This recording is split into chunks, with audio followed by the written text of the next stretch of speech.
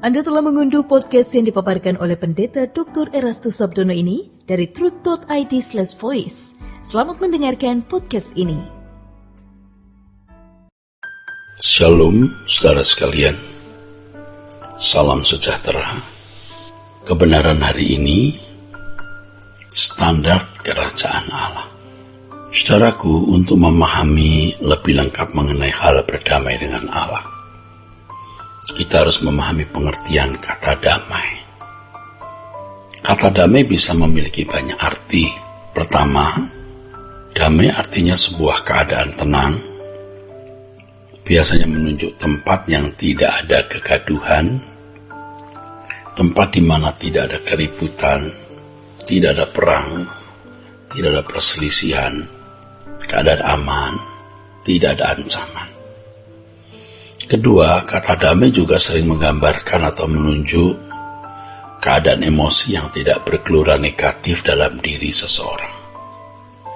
Karenanya kata damai selalu berkoresponden dengan kata kebahagiaan dan kesejahteraan hidup.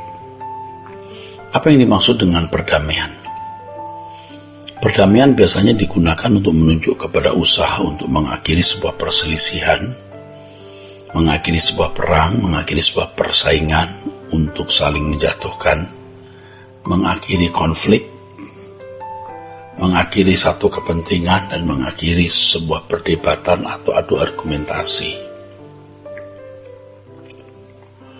Dalam perdamaian ada langkah kompromi untuk mengakhiri sebuah permasalahan antara dua atau lebih dari pihak yang sedang berselisih atau tidak rukun, yaitu pihak-pihak yang sebelumnya saling merugikan atau menyakiti. Dalam perdamaian ada usaha untuk meniadakan atau paling tidak mengurangi tuntutan atas pihak tertentu, sehingga tidak ada pihak yang merasa tertekan atau disakiti. Definisi yang dikemukakan di atas adalah definisi perdamaian secara umum. Maksud saya definisi yang saya kemukakan ini, definisi secara umum. Lalu bagaimana dengan perdamaian dalam konteks hubungan antara Allah dan manusia? Hubungan Allah dan manusia telah rusak disebabkan karena manusia tidak melakukan apa yang patut, sehingga manusia merusak keadaannya atau merusak dirinya. Fragmen dari pemberontakan manusia ialah ketika manusia tidak menuruti apa yang dinasihatkan oleh Allah kepada mereka. Jangan makan buah pengetahuan tentang yang baik dan jahat. Ketidaktaatan manusia kepada Allah yang dinyatakan dalam bentuk makan buah yang dilarang oleh Allah untuk dimakan itu merupakan pemberontakan manusia kepada Allah sehingga menempatkan manusia sebagai musuh Allah. Hal ini menyakitkan hati Allah. Keadaan manusia menyakiti hati Allah. Ya, karena manusia tidak berkeadaan sesuai dengan rancangan Allah semula yang membuat manusia tidak bersekutu dengan Allah secara benar. Sebagai ilustrasi, ada orang tua yang gagal membesarkan anak atau karena memang anak tidak mau dididik. Hati orang tua didukakan bukan saja ketika melihat kelakuan salah dari anak tersebut, melainkan juga melihat seluruh keberadaan anak itu. Keadaan anak tersebut tidak membuat orang tua bisa bersekutu atau berdamai dengan anak. Ilustrasi yang lain, ada seorang pimpinan yang berharap orang kepercayaannya bisa dipercayai untuk melakukan suatu tugas, tapi ternyata ia tidak melakukannya. Ya, orang kepercayaan itu tidak melakukannya dan tidak mampu melakukannya. Hal ini menghilangkan kesempatan untuk bisa bekerja sama dengan orang kepercayaan tersebut. Ya, tentu saja keadaan ini menyakiti hati pemimpin atau mendukakan, saudaraku. Apalagi kalau orang kepercayaan pimpinan tersebut adalah anak kandung atau saudara sendiri. Maka akan lebih menyakitkan hati atau mendukakannya. Saudaraku, keadaan manusia yang telah rusak dikatakan oleh Paulus dalam Roma pasal 3 ayat 23 sebagai kehilangan kemuliaan Allah. Manusia berkeadaan tidak sesuai dengan rancangan Allah semula. manusia telah menjadi manusia yang tidak lagi sesuai standar Allah. Kalau ada standar nasional Indonesia, SNI maksud saya, maka ada pula standar kerajaan Allah, saudara. Standar kerajaan Allah. Dengan keadaan manusia yang tidak sesuai dengan standar kerajaan Allah atau standar yang Allah rancang, karena manusia tidak taat kepada Allah yang pada mulanya dimulai dari Adam, manusia bukan saja memposisikan diri sebagai musuh Allah, melainkan juga berkeadaan tidak dapat berdamai dengan Allah dalam persekutuan yang ideal.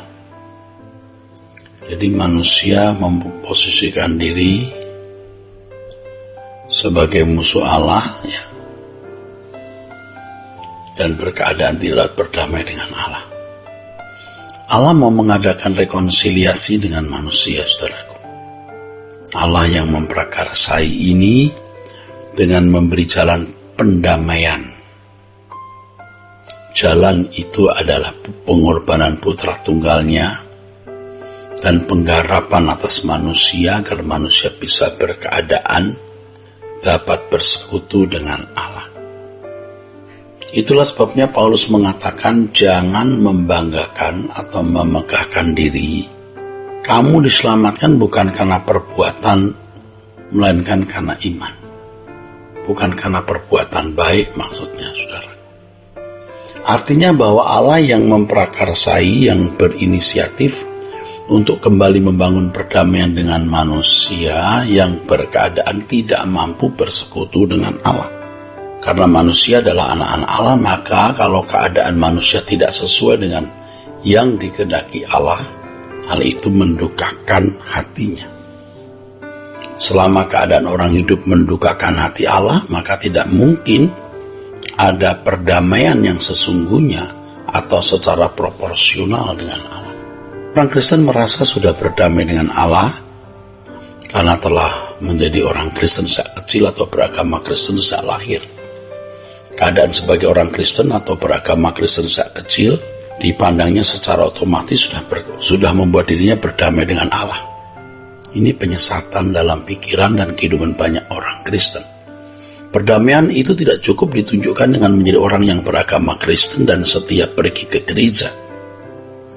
Kalau keadaan orang Kristen belum seperti yang Allah kehendaki, berarti belum bisa berdamai dengan Allah. Oleh sebab itu, saudaraku, orang percaya harus berjuang. Berjuang bagaimana memiliki keadaan yang semakin hari semakin seperti Yesus, atau serupa dengan Yesus, atau sempurna seperti Bapa, sehingga keadaan yang makin sempurna itu membuat diri seseorang bisa bersekutu dengan Allah secara ideal. Saudaraku, dengan keadaan manusia yang tidak sesuai dengan standar kerajaan Allah, maka manusia memposisikan diri sebagai musuh Allah dan tak dapat berdamai dengan Allah dalam persekutuan yang ideal, saudaraku. Inilah akibat kejatuhan manusia dalam dosa. Saudaraku, kiranya kebenaran hari ini memberkati kita sekalian. Sola Gracia. Untuk berlangganan renungan harian dalam bentuk cetak, silakan hubungi Truth Literatur di nomor telepon 0878 7870 7000. Untuk mendapatkan CD khotbah, MP3 renungan Truth, dan CD album lagu produksi Sola Gracia, Anda dapat menghubungi di hari dan jam kerja di nomor telepon 021 638 60953. Tuhan Yesus memberkati. Sola Gracia.